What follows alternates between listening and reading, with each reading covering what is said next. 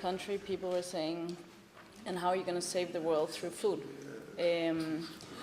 So we decided we couldn't do that alone with the fine dining. So now we're running 11 small cafeterias in Bolivia and 2 in Colombia, based on the coming together model. The kids come in the morning, they learn how to cook, and they sell that to the local community. So it's become kind of like a communal center where people come because they want a healthy deal. They want an affordable lunch, but they want to be able to pay for it at the same price as they could get fried chicken around the corner. So that was pretty much the idea of how can you change the world through fine dining? Well, we need to see the whole food chain, its suppliers, it's family farming, it's education, because if you don't teach people don't know how to cook. I completely agree with Mikkel. And Instagram, I think an Instagram sandwich with an avocado in Denmark is exactly the whole problem. They don't grow here, they have nothing to do here. They're delicious, but that shouldn't be our main task to post it on Instagram. One of my major pictures on Instagram was a pineapple, actually still sitting on the plant, and I had at least 14 comments on, I didn't know that grew on a plant, I thought it was a tree. People don't know where food comes from. They don't know, you hear kids in the supermarket, in Bolivia at least, saying, Mom, why does the chicken have bones? And you're like, well, I don't even know where to begin. So education is one of them. Making food and cooking cool again is definitely one of them. I think having partners on board that are trustworthy is important, like Walt Disney Company. You say Walt Disney and people start attacking, or you say, Nestle, and it's that reaction because we've become so used to that every big corporation, and well, where I'm right now, Bolivia, and South America in general, as long as you say government, then it's something, well, you should probably step away from that. And we need to get back to having that trust and being able to work together.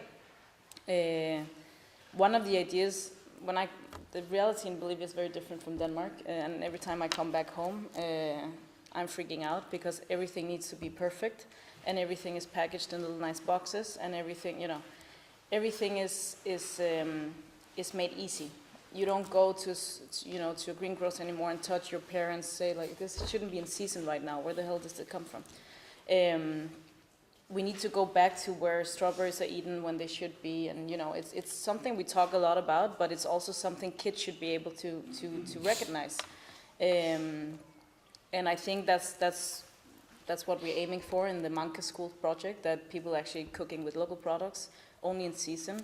Which is much cheaper as well, so it's also a good deal. And then finding out that everything is run on social media, as we already discussed, but also you see so many, the famous tasty videos that are going around everywhere, and you're like, I want to make this someday, and then you put it away.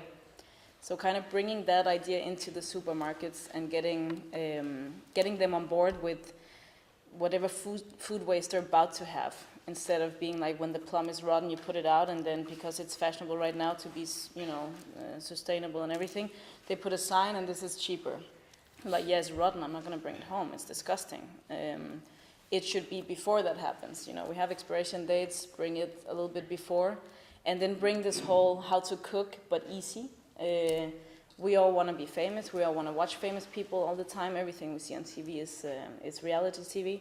So kind of take that and bring the whole famous chef thing into a supermarket when every family at 5 o'clock in the afternoon is standing there saying, what should we have for dinner?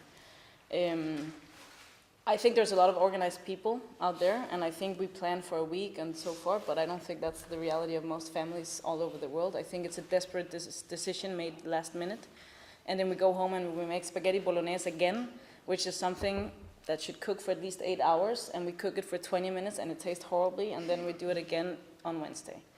And I don't understand why. But again, people can't cook. So I think it's our responsibility to use our knowledge as cooks, as bloggers, as retailers, and everything else we can do as a kind of CSR plan to the public. A supermarket should do a message saying, something like, this message is brought to you because we care, instead of saying this is sponsored by, and then you need to buy their product to make the recipe. It has nothing to do with that. But it's something that we can all pitch in with. I'm sure Klaus Meyer would like to bake bread in public, and there's already a lot of good initiatives going on, but we need to bring it up to the point right before you grab the Mars bar or whatever you grab on the way out from the supermarket. That should be the screen where we show a video of what you should have for dinner tonight, and it should be a healthy choice. So let's go with the flow and follow the rhythm of, we can't stop this whole social media thing, so let's just, get on board with it, but in a responsible way where we can't show crap product for cheap prices and make that dinner for people. Yeah, thanks. Thank you.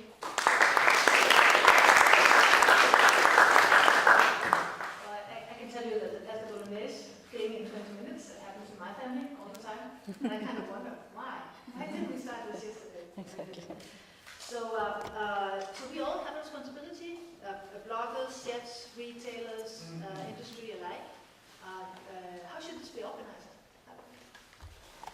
I think there's a lot of money going around, and one of the issues Matthew Orlando was talking about before is we're not organized. I think one of my experiences from working in Bolivia is that you have at least 45 NGOs working with quinoa, and nobody talks together. And you have those same 45 organizations offering you their quinoa at different prices and different conditions, etc.